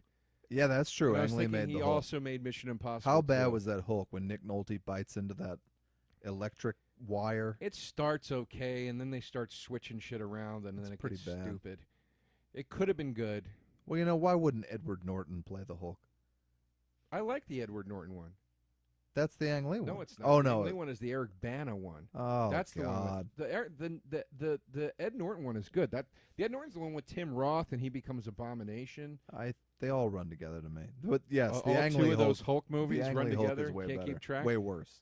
The Ang Lee one is Way the bad better. one. The Way worse. That's what yeah, it is. the Norton one's good. It's Like not good. that's part of the official Marvel canon in the Avengers and everything. Well, that doesn't make it good. It's a. I haven't enjoyed it. I'm a bad person to talk to about this. I don't Look like at those movies. Does she not know? Does she not see the blood dripping out of her dad's head? She's clearly blinded by lust for this man. Why is he Who? doing that? Wait, who's blinded by lust? I'm talking about the daughter. Oh, the daughter. Yeah, I don't know. I guess she just didn't look. Oh, maybe she. I think we talked through it. Maybe she does know it's not her dad. Or maybe wait, does she? No, that's. Is she? Does I anyone got come back for lost. Hellraiser 2? Yeah, she comes back. I don't want to ruin anything, but she's back. Kirsty's All right. back. There they are. I love the thought that someone listening to this movie with us talking over it could have something spoiled for them. Well, here's the thing. Like, hey, he ruined this movie that I can't hear. They broke another rule. The Cenobites just appeared and nobody opened the box. Whatever, though. Why is Kirsty fighting? I'm confused. God damn it, this is bad for the podcast, Pat. I don't know what's happening in the movie right now. I got really lost. She doesn't know that's her dad yet, or she does? She knows, I believe. No, that's not her dad. That's Frank. Okay, she still thinks it's her dad. She thinks it's her dad. Why yeah. is she not noticing the blood then on the side of his head? She probably just like, hey, there's some weird shit going on in this house. My dad's head's all bloody by My the dad's seams of his head's bloody. hair. She's been through a pretty rough day. She just got chased by a whole demon. By the way, how did she get out of the mental institution that she was locked up in? Look, we've got a lot of questions. I'm sure she has even more. All right, now she knows. Okay, she thought her dad killed... Yeah, when her dad Frank. tries to bone her, she's like, oh, okay, I get it. She thought her dad killed Frank. She thought that dead body upstairs was Frank. It's not. It's her dad. That's why when Pinhead said, we want the man who did this, she thought she had to turn her dad over, and she said no. Right. I mean, and this Julia lady is willing Ugh, to fuck this guy God. with skin hanging off of his face, which is grosser than when he just had, like, his She bones and shit just out. doesn't care. Oh, there's the switchblade that he used to bang his... Yeah. Wow. I like... Why doesn't he have Frank's voice anymore, by the way? Did you notice that? He's got the dad's I normal thought he was voice. getting a more normal voice because he's becoming more normal. No. No, it's just the actor that plays the dad. It's his voice. Yeah. Yeah, they've dubbed everything else. Why not dub that? Yeah. Oh, there he goes. Oh, God. Oh, and he takes Julia's flesh here. That's the line. Nothing personal, baby, as he sucks her life out of her. Oh, that's good makeup. Man, I'm so surprised that this guy proved not to be trustworthy. After all she did for him. His face doesn't look any better after sucking out Julia's essence, right? Why didn't it heal his wounds up? Yeah, it should have. Barker, Clive, break the rules, Barker. I'm Clive gonna start calling Breaker? this. Clive Breaker. Just Of breaking rules. rules. I love left There and you right go. in this movie. Still love the movie. I'm not shitting on it, but No, I mean, the unexplained is what horror's all about, you know? that'd be a good name for a horror movie. The Unexplained. What's going on? I don't know. The unexplained. And that's the whole trailer. Cheech Marin is the unexplained. Why Cheech Marin? I don't know. He needs work. No, he doesn't. I haven't seen him in a long They're time. doing those Cheech and Chong tours. They're mopping up, man. Oh, all right, great. Yeah, they're Well, killing then let's it out cast somebody else. there. Yeah, and I can't believe you thought Cheech needed work over Tommy. Yeah, Like, well, I mean, I don't you're like gonna- Tommy. Why? I think Cheech carried Tommy for 50 years now. I think Tommy's very funny. All right. I think they're both very funny. Do you know Tommy? Not at all. Did you work with him or something? No, neither one of them. Okay. Hey, you worked with Roddy Piper. Were you sad when he died? Of course I was. I mean, to tell kind of a strange story about it, I was doing the extras for the Always Sunny DVD, and Rob McElhenney called and was like, "You guys got to come down here right now. Roddy Piper's on fire. He's been telling stories for like 4 hours. You got to get him on tape, and we're going to do a DVD extra like Roddy Piper Tales, and him telling like some of his best stories." And by the time I got to set, we were interviewing him, and he was just like very much not making sense. Like his brain had been banged around so much that maybe he had a good hour or two of stories, but then eventually it just stopped. That's really disgusting. But he couldn't have been more charming. Couldn't have been more nice. He was funny. But the stories really disgusting. The stories didn't make sense. Because it sounds like you're saying Roddy's brain damage was disgusting. No, he was a sweet, delightful man. He was very funny in the show. I was saying that head full of maggots was disgusting. Yeah, well, you got to describe it to the people that aren't seeing this right now. A head came out of the darkness and maggots fell out of its mouth. Yeah, that was really gross. Roddy Piper, a great man. It is gross. I'm going to see if there's a way next Halloween that I can do that to you somehow. Fill Like a fake head with maggots and throw it at me? Like a prank. Like Well, I'll come into your house and do it Let me somehow tell you and how scare that ends. We never hang out again. Ever. And I don't answer your texts or calls. So if that's worth it to you, great. You would never hang out with me again over that. That's a guarantee. If you Why? throw a maggot-filled head at me. No, I didn't say throw it at you. I would just dip it next to you and freak you out with it. You'd never talk to me again. Do you do it in your home, like you're spilling maggots No, onto the do it floor in of your own homes. home? That's where it really scares Yeah, me. so now my floor is covered in maggots, and we're not clean friends anymore. The maggots up. I wake up November 1st, and I delete your number from my phone. Really? Yeah. Jesus. Sorry. You're a real fucking I don't sad need friends sack. that I can't trust not to throw maggot-filled heads at me. One time my friend Chip got mad at me because we went down to the Jersey Shore. We went down to Atlantic City. It was me, my friend Chip, and my friend Scott, who you've met. And I went into the bathroom. Did you fix your hair up nice, dress yourself up pretty? Yeah, for the tables. That's for the a table Bruce games. Springsteen song, Atlantic City. We went to Atlantic City, and I like to reference things nobody Scott knows. was in the shower, and Chip was in the bedroom part of the room. And while he was in there, I went into the bathroom and I shit onto the soap dish. Oh God, and then Joe. put it on the sink. What's the matter with you? It was one of the funniest things I've ever done in my life. I was uncontrollably laughing. I couldn't get my shit together. I was laughing so hard. You couldn't get your shit together because it was sitting on a soap dish. Chip was so offended that he didn't speak to me the rest of the day, and it was my birthday. Chip, you and I are kindred spirits because I think I would probably be like, "Yeah, you're on your own this week." Well, you're an animal. It was my. I've never liked pranks. I had, for Christ's sakes, Pat, would you get over it? I don't like them. I God think they're almighty. mean. You're a TV comedy writer. You don't like pranks. Yeah, you can be both. The hell are you talking about? That's really gross. The Cenobites are here for Frank. This is the big climax now. Ooh, look at her hair. I never noticed that the weird Cenobite lady has like strands of hair. Frank. They're going to take her. Here we go. Here we go. See, now this is what they lost with the Cenobites. Okay. Hear what he just said to Kirsty? Pinhead Set just me said, up, bitch. No. What Pinhead said. Oh, yeah. Pinhead just said to Kirsty, this isn't for your eyes. He's telling her, leave. This has nothing to do with you. He's a rational man. Yeah. He's a rational man. He's a judge. He's like, you seem like you could probably have a nice time going with a fella to a movie and holding hands.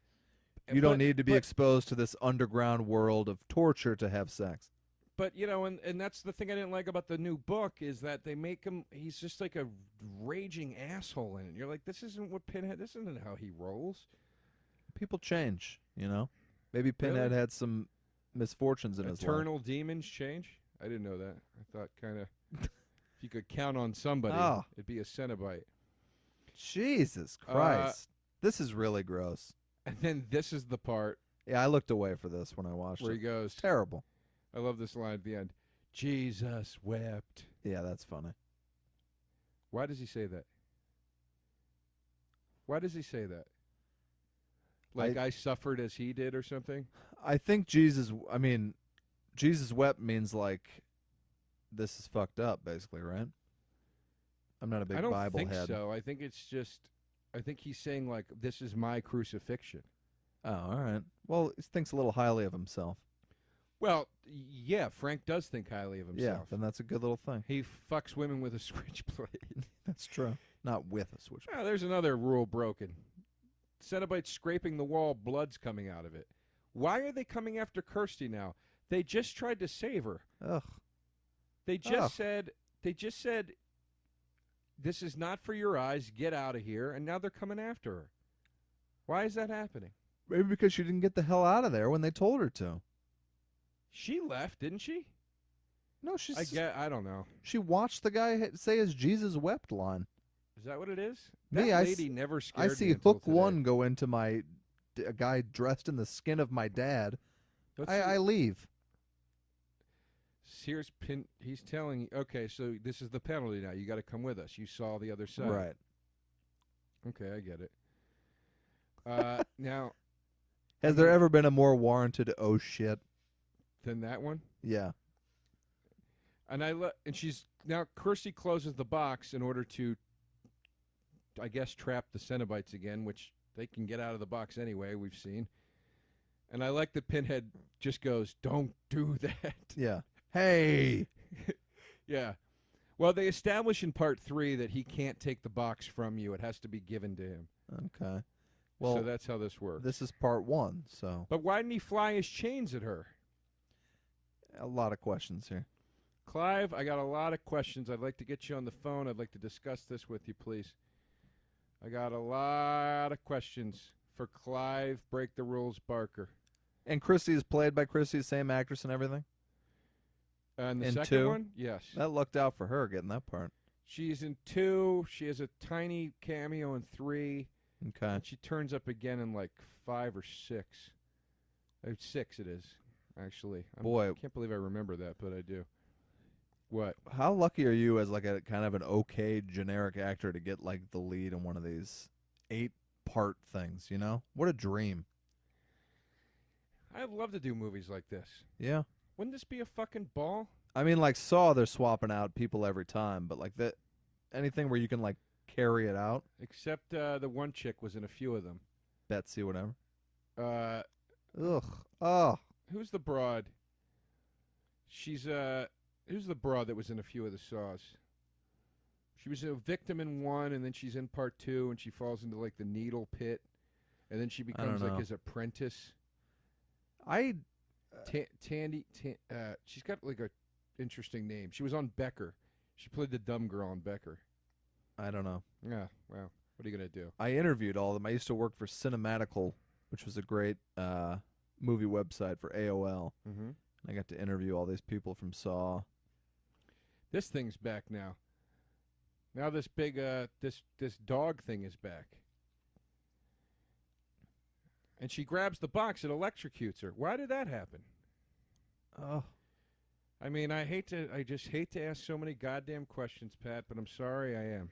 Yeah. I mean, I think honestly because in writing stuff all you have to do is ask yourself these questions and try to make things work, and it's so exhausting that when I sit down to watch a movie, I tend to not ask questions. And the people who are like, "Well, why did this? Why did this?" You know, I get it. I have fun having those conversations, but I'm never doing it myself. I just let things happen. Well, you know, if that's the world you want to live in. It is. I question everything else in my life. I don't need to question the movies. You know? I spend so much time being like, well, I don't know if this is right. I don't know if it's good. I don't need to do that when I watch a movie. Hey, welcome to Obama's America. That's what I say. I don't know what that means here. I'm kidding. Okay. It's a joke. It's a joke. I was making like a political joke. Sure. That you don't get involved. No, I don't get involved in politics. I have nothing against Obama. I take that back. It was just... He's a great I man. thought it was a funny thing to say. Who do you think's running our country coming up here? It's Trump? without question going to be Trump. It could be. It's insanity. It could It's be. time for the pendulum to swing again. This is how it goes. Every 8 years, it goes back the other way. I don't think even Republicans trust Trump running the country. They don't, but he's leading the polls. Yeah. He's leading the polls. All right, I can't go much further with political talk. I don't know what I'm talking about. Neither do I. Okay. Look at that shirt. I'm not even sure I know what leading the polls means. But that's I read it today or something. That shirt is the stupidest choice to end a horror movie, unless it's like... Well, it was the year that it, I mean, Joe. it's of the time. I don't know that was of the time. That's like something that Kid or Play would wear in House Party 3, the Pajama Jam. Well, the funny thing is every time he looks at that cross colors rayon shirt that he's wearing, he's going to go, I fought demons in this shirt. Oh, I'd be done with that This shirt. is my demon shirt. Yeah, every time you get it out of the closet. Do you ever wear it again, or is that it? I probably wouldn't. I also wouldn't wear it because I would have to beat the shit out of myself if I saw me in that shirt. All right, here comes the answer to your question about the, who's the bearded man or whatever. Yeah. He's coming back in a second here. Give it a second, Pat. Be patient. Be patient. Oh. Look, there he is. See? I might have been peeing during this part What or are something. these piles of fire, by the way? Was this the house? Or is it just a field of like homeless people fires? I guess that, yeah. Very strange. I think, and I agree with this. I think somebody like Clive Barker, even though I don't think I've seen any of his other movies, I think he's just wanting to create a mood. I agree. And I dig that, especially in horror. I'm not knocking it. I'm just Yeah. asking questions. What's Clive Barker's like second most successful? Like he did like Lord of Illusions. I don't think I've ever seen any of his movies. Nightbreed, probably. Yes. I would think. I intend to watch Nightbreed. It's in the queue. I am not a fan of Nightbreed. Okay. Have you seen the director's thing, the director's cut? Yes. Okay. I'm not a fan. All right, I'm going to watch it. I'm not a fan. He seems to me to be a very creative dude. He is very creative, and I think he's great. But he never had another big, like, franchise canon movie other than this, right? This was the biggest, yeah. But I mean, this is to me, despite all my questions, it's masterful. And right back to the beginning, a new man gets the box. Great ending. Can't argue that. I love anything that ends where it started. Frank the Monster, in case we weren't clear on Frank the Monster, Oliver Smith. Oh, now why would you do that? Do you think Sean Chapman was like, I'm not sitting for all that makeup? No, I just think they probably wanted somebody. Look at this in the credits. I love this. Lead Cenobite, Doug Bradley, before they had a name. Wow, yeah. Before they named him Jackie Hellraiser. That's another cheesy part in the book that he just put out. There's this whole thing where if you call Pinhead, he gets furious. Really? Because it's like, don't call him that. He hates that nickname. Yeah. Do they? When do they refer to him as Pinheads in the movies, or is that just what society called him? That's just kind of what the name he got from the fans, I guess. And then Okay. it caught on or whatever. Gotcha. But they put this thing in the book where it's like, you better not call him Pinhead to his face. He'll get real hot. Well, they took that from Back to the Future. Well, whatever. Ladies and gentlemen, that was Hellraiser. Yeah, it was a wild ride. This makes 2 nights in a row where the last thing I do before I go to bed is watch Hellraiser. Well, horrific visuals. Good and then for you. Go to sleep. And count the minutes till Halloween, Pat, because a head full of maggots is coming at you. And you need to treasure these last few months of our friendship, Joe. I haven't treasured the first few months of the friendship. I'm not going to treasure the last few. All right, fair enough. This has been We'll See You in Hell. Again, you can follow us on Twitter or send us any questions or comments or requests. Yeah, I'm Patty? at the Patrick Walsh, PatrickWalsh. Joe DeRosa is Joe DeRosa Comedy. And tweet us questions, thoughts, movie suggestions, stuff you want us to talk about, your thoughts, criticisms. Look us up on iTunes, review the show, give us that 5 stars. We'd love it. Thanks for listening. We'll be at the Mile High Horror Fest in Colorado. Littleton, Colorado. First weekend of October. We don't know yet which day we're performing. It'll be Saturday or Sunday. or not performing, but we'll be doing a live podcast there. Details to come, but please come out for that. It's going to be a lot of fun. You've been listening to We'll See You in Hell, a presentation of the Fangoria Podcast Network, produced by Thomas DeFeo and executive produced by Ken Hanley of Fangoria Entertainment. For press opportunities, advertising inquiries, and information about We'll See You in Hell, contact Ken at fangoria.com. Thanks, everybody. Thanks, guys.